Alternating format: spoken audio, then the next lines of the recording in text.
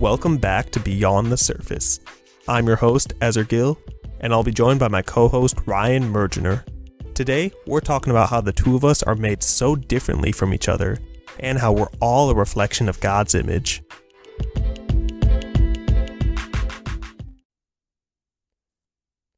All right, Ryan, welcome back to the podcast. It's good to have you back. Yeah, thanks, Ezer. It's really good to be back. I'm excited to be back recording with you. Yeah, for sure. And why don't you tell us a little bit, what have you been up to for the past few weeks while we've been recording with our other guests?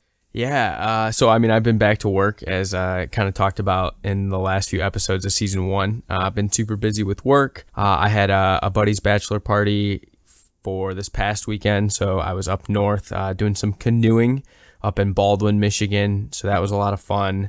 The previous weekend, I went and visited a friend from school over on the east side of the state, so that was also fun. And then outside of work and kind of visiting some buddies on the weekend, I've been working on med school apps again, so just keeping me busy and keeping me going, I guess. Awesome, and best of luck to you on your med school apps. And we're going to kind of get into our topic today. This is a topic that we have kind of hit on back in season 1 before, but we're talking about just how God made each of us and about our personalities and about our differences and ultimately our God-given uniqueness. Ryan, we want to know a little bit. How would you, you've talked a little bit before about this, but how would you describe yourself as a person? How would you describe your personality? Are you a spontaneous kind of a guy? Are you more of a planner? What kind of people do you like to spend time with? I'm a pretty outgoing individual. In terms of like spontaneity, I would say I've got a good mix going on. I definitely like spontaneous things. I'm totally down to do spontaneous things or come up with something spontaneous to do. But I also plan plenty of things out, and I like being able to set something in the calendar and look forward to it, So I would say I'm kind of right in the middle there. I don't have to have something set in stone in order to do it. But I am totally cool with planning things out ahead of time. If I would say I enjoy spending time with, I don't know if there's like a certain type of people that I would say. My buddies from high school, there's like a group of 4 of us, myself included, that we're like kind of best friends. The 4 of us, we do a lot together. We played sports together. We have similar interests when it comes to hobbies, I guess. Like all play video games together. That's my Call of Duty squad that I run with. What's your favorite Call of Duty? Well, we play the current one out. We play the Warzone, and we run quads on that quite a bit. So that's fun. We're all pretty athletic. Like we like to do spike ball and stuff where we're moving, getting outside. And I would say that's probably more so the people that I gravitate towards is athletes or athletic people, just because I played sports for so long. So I was in that sphere for 24 years of my life or whatever it was. What about you, Ezer? Definitely say I'm an outgoing kind of a person. I'm the first to try new foods. I like traveling to places I've never been to. I like going into the new group, and I'm usually the one to introduce myself. I like to think of myself as that guy. In class, I was always that guy who just blurt out the answer and without even thinking it through. And I'm that guy who's we're in a group setting and everyone falls silent. I'm just the one to break the silence with some joke or something. I'm that guy in the group chat that sends weird, edgy memes that probably you're not sure if you should be laughing at or not. But Ryan, you already know this about me, but when it comes to sports, I have absolutely no clue what's going on. Super Bowl parties, I gladly attend for the food and for the friends. It's a good time there. I really enjoy talking, and that's one of the reasons why I agreed to do this podcast with you. I am a talker. It's interesting to me that you mentioned the food. You're the first to try new foods, because that is exactly me. I will try just about anything. It doesn't matter how it looks, how it sounds. Like, I am just about down to try any food. I'm a total foodie. I like almost all of it. So that's something that we have in common there. Ryan, describe people in your life who are nothing like you at all, yet you've learned so much from them. And what do you think is the advantage of having friends who differ from your tastes? 2 people that come to my mind right off the bat is you. You and I are very different individuals. We're similar in a lot of ways, but we're also very different. And then my brother and me, which, a lot of people are like, oh, you and your brother are different. Yeah, if you met us, we're totally different. I like to do the athletic things. I'm super competitive to the point where that probably can be a fault of mine. And my brother's not that way. He's a lot more chilled out, a lot more relaxed. He's not into the athletics quite as much. He doesn't have that super strong desire to win. So growing up, that could cause some problems between us. But we're a lot closer now than we were back in high school. Just kind of both of us spreading our wings and doing our own things in college. And yeah, I mean, Caleb, I would just say I learned a lot from him just in the fact of he put up with a lot growing up. And then he did a really good job of, I think, growing into his own person. I went and played college sports and my sister played college sports. So we kind of always had the athletics to fall back on. And that was kind of like who we were. But Caleb went to school and, was his own person, made his own friends. Caleb's actually in graduate school. He's my younger brother by 2 years, but he beat me to graduate school. And so he's going to be a doctor before me. And so, I just was really impressed watching him grow up and spread his wings. And then just in terms of like you and me, we're similar in the fact our personalities are a little bit more outgoing and we're people, but we have totally different hobbies and stuff like that. At V groups and doing this podcast and stuff, I would say that my mind has just been opened into like what I can have conversations about, because I'm going to be honest, the majority of conversations with my friends and stuff is about sports. Like, we love to talk about sports and stuff like that. That's just who we are. That's what I do. I remember back in one of the episodes when you talked about Deion Sanders, and I had no idea who he was. But because you opened my world to that whole thing, like I had no idea who Deion Sanders was. And then after the episode, I went and I just did a Wikipedia search, and here I am watching interviews about this guy who I would have never learned about had I not known you. So like you just said, like my mind was, kind of open to these different ideas and different things. And then also somebody to talk about my faith with. That's kind of, I would say, a unique part of our relationship, is that almost is kind of like what's brought us together was our faith through V Group. It's just been super nice that even though we do have these different interests and things, we have this faith that unites us. We can talk about it and push each other and like have the hard conversations that are difficult to have even in the church. Like, there are tons of believers that you're surrounded with, that you're friends with, but it's not always easy to have these faith conversations. Yeah, I know one time I was having a conversation with a good friend of mine who is kind of the opposite of me, and when it comes to my outgoing personality, he considers himself quiet. He only speaks when he's spoken to. He would hate to be a host on this podcast or anything. What this friend is really good at doing is listening. Like, you could be the fastest speaker in the world. He would retain every word you say.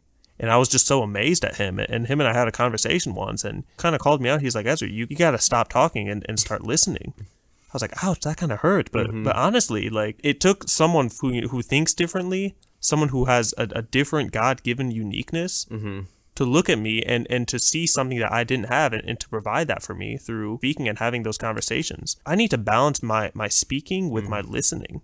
I'm so grateful to my friend who's taught me the importance of active listening. Sometimes it's only necessary just to shut up and just let others chime in and, embrace that silence. Yeah, I would say that's one area where I can really improve. I am very good at selective hearing. If I'm not super interested in the conversation, I can do a really good job of playing it off while not being fully into it. I can kind of pick the moments to ask the right question to make it look like I'm listening, but at the same time, I'm just not really engaged. You've taught me something really interesting, and it's study habits. You taught me the Pomodoro technique. Oh, yes. I love Pomodoro. You come with a medical background, and I come with an engineering background. I was only learning how to study from other engineers, but it took me to open my world out of engineering and into medical, because with engineering it's just math. With medical it's all this memorization and it's all this practices and clinicals. I would not have learned this had I just restrained myself just to people from engineering. No, that's super interesting, and I'm glad that I could share some study tips with you. Most people get bored to death when I talk about studying, so that's funny. God made each of us unique, yet despite our differences, we're to follow the same God. So what do you think this reveals about the nature of our God? And why do you think he just didn't make all humanity the same personality, the same race? We spoke the same language. Yeah. I was just out in nature all weekend. That's one of the things that I just love to do. And so I got to witness a lot of God's just awe and wonder through what he's created. This river that I went canoeing on and watching bald eagles fly ahead of us. And you saw actual bald eagles? Yeah, I saw 2 of them. You're going to like this too. when I was driving out to my buddy's cabin, we turned, off of the path and we're driving through this 2-track road, dirt road on this forest back to my buddy's cabin. And on the way back there, my buddy goes, "Oh, look, there's the bear that wanders around." And so, yep, there was just a big old bear that was just hanging out on his property. How big was he? I don't know. I mean, he was big, but we were in a car and he was farther away, so it wasn't like, but it was really cool. I mean, being able to see it and stuff like that. Our God is awesome. He's too creative to just limit himself to making one race and one ethnicity of human being, right? Each and every one of us unique, like he makes all of the stars unique, like he makes no two snowflakes the same. He's just awesome and amazing at all this creation stuff. Making us all unique was part of that. I think that it's really cool that he wants us all to follow him. In the Bible, it talks about the vine and the branches. We're all part of one body as well. We all serve different functions for one glorified, unified purpose of, lifting up our God. And so God did make us all unique, and he gave us all different interests and passions. He made each and every one of us look a little bit different and sound a little bit different and think a little bit different. And so God needs us to serve different purposes. I think, he also just made life a little bit too complex for one person to master every aspect of it. God tells us that he gives each of us gifts. Some of us have the gift of healing. Some of us have the gift of prophecy, etc., etc. We have to use those gifts and our uniqueness that God created us with to work with others so that we can ultimately lift him up and give him the most glory possible. It's so interesting when Paul is writing about how God has given us the gifts that you were talking about, implying that some people have things that you don't have. Right. And you have abilities and you have characteristics that others don't have. Our differences are to be celebrated. Our characteristics and our gifts that God has given us are to be capitalized. It is an advantage to have people on your team that don't think the same way as you. Yeah. How do we take advantage of this? I see people who don't think the way I do. Instead of letting that divide us, how do I use that to my advantage? How do I have that build me up? Let's say we're an assigned team together.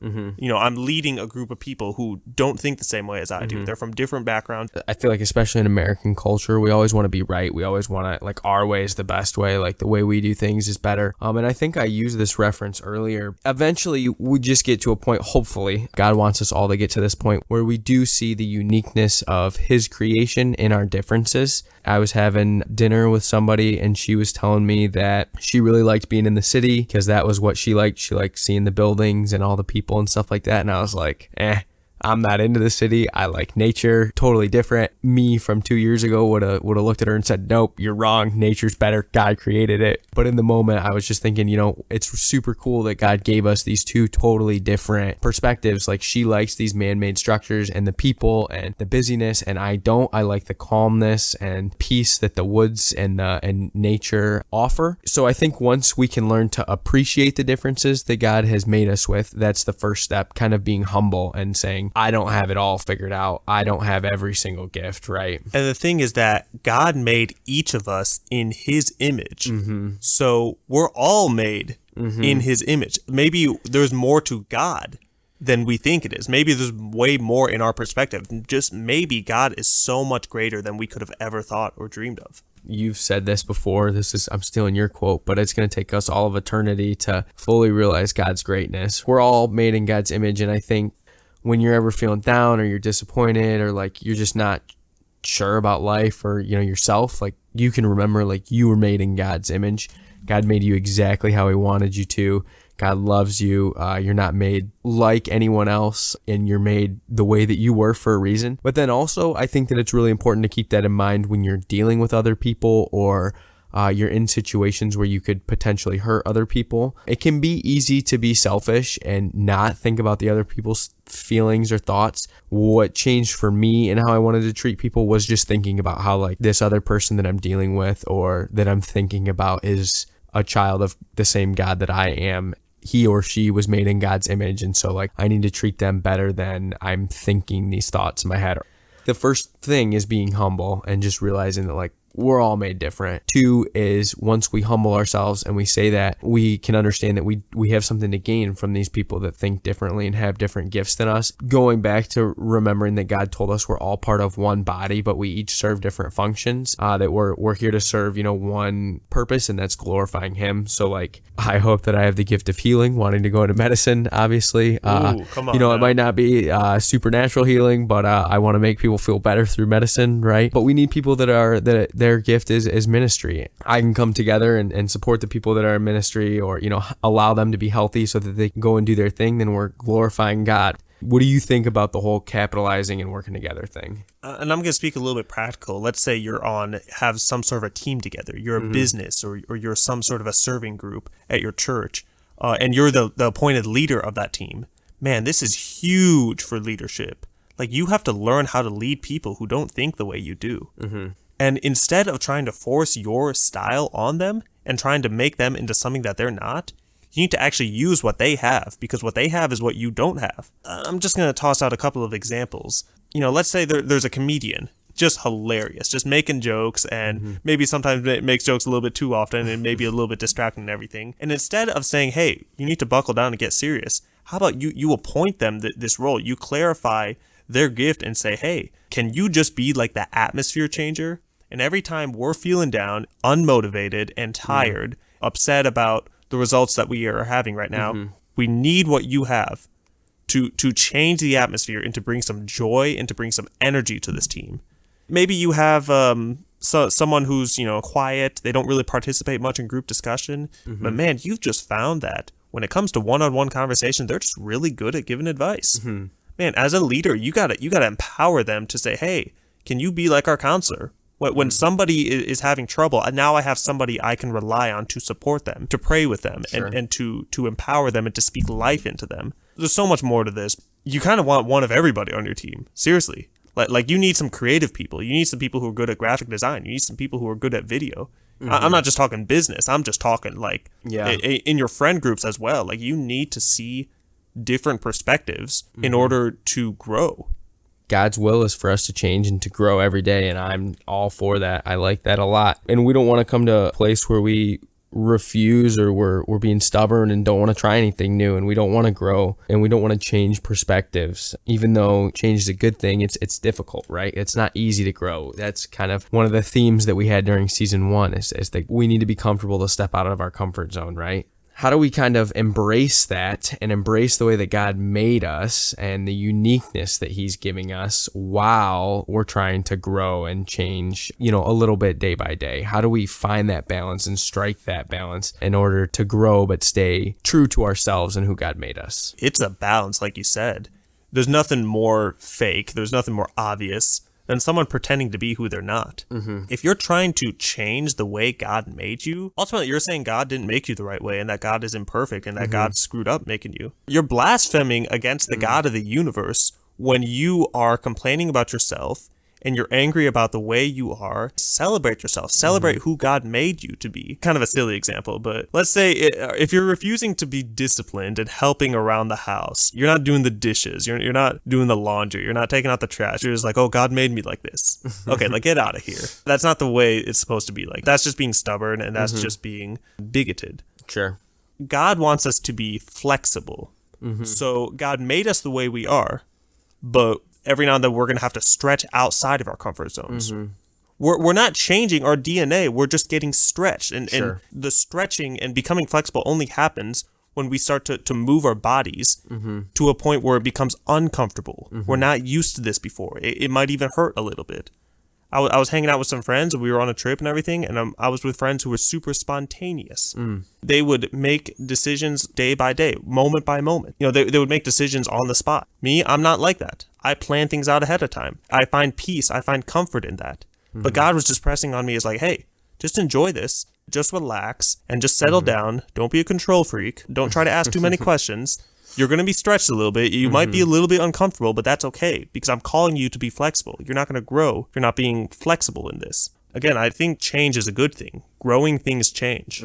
Just because you're growing or you're having some changes does not mean that you're shying away from the uniqueness that God gave you, or you're running from who God made you to be. that's part of our uniqueness is where we're growing and what we're doing. We can always be growing to get closer to God. We can always be growing to reach our goals, because ultimately, like, God has put those goals inside of you. He's kind of shaping your desires and whatnot. And just because, so like me stepping outside of my comfort zone in terms of the friends that I had, like we mentioned earlier, Ezer and I were very different. Like, that doesn't mean that I'm leaving who God made me to be because I'm not hanging out with somebody who is not really into sports and similar hobbies.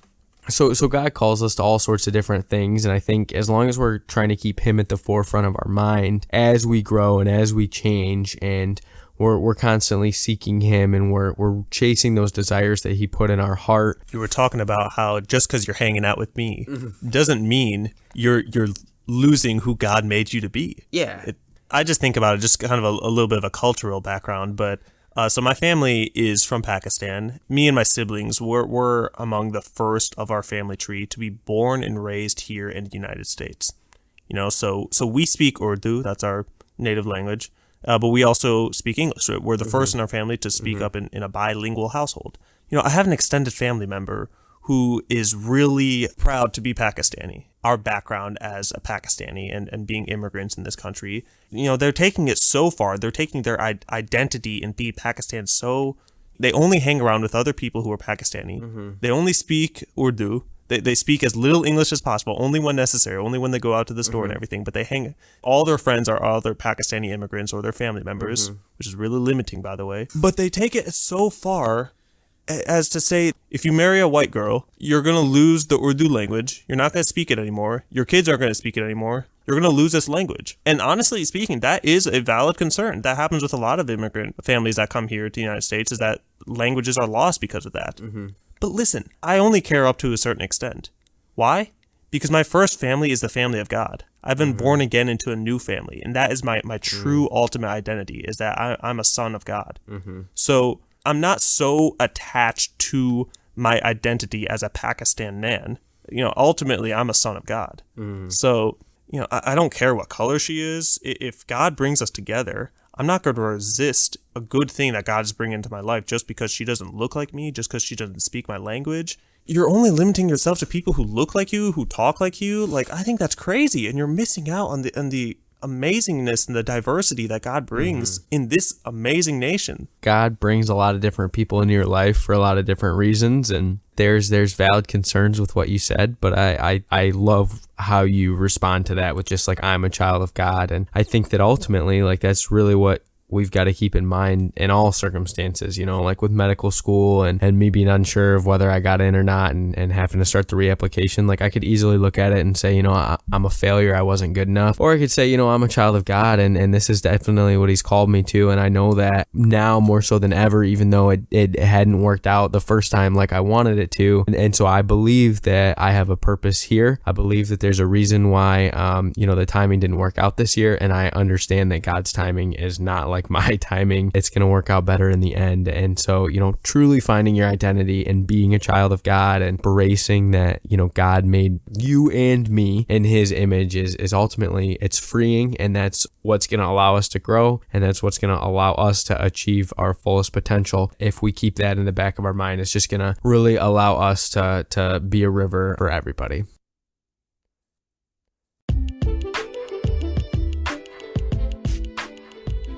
Don't forget to subscribe to us on Spotify, Apple Podcasts, and YouTube to catch the next episode. If this was encouraging to you, we'd love it if you shared this on your socials. We'll see you guys later for the next episode of Beyond the Surface.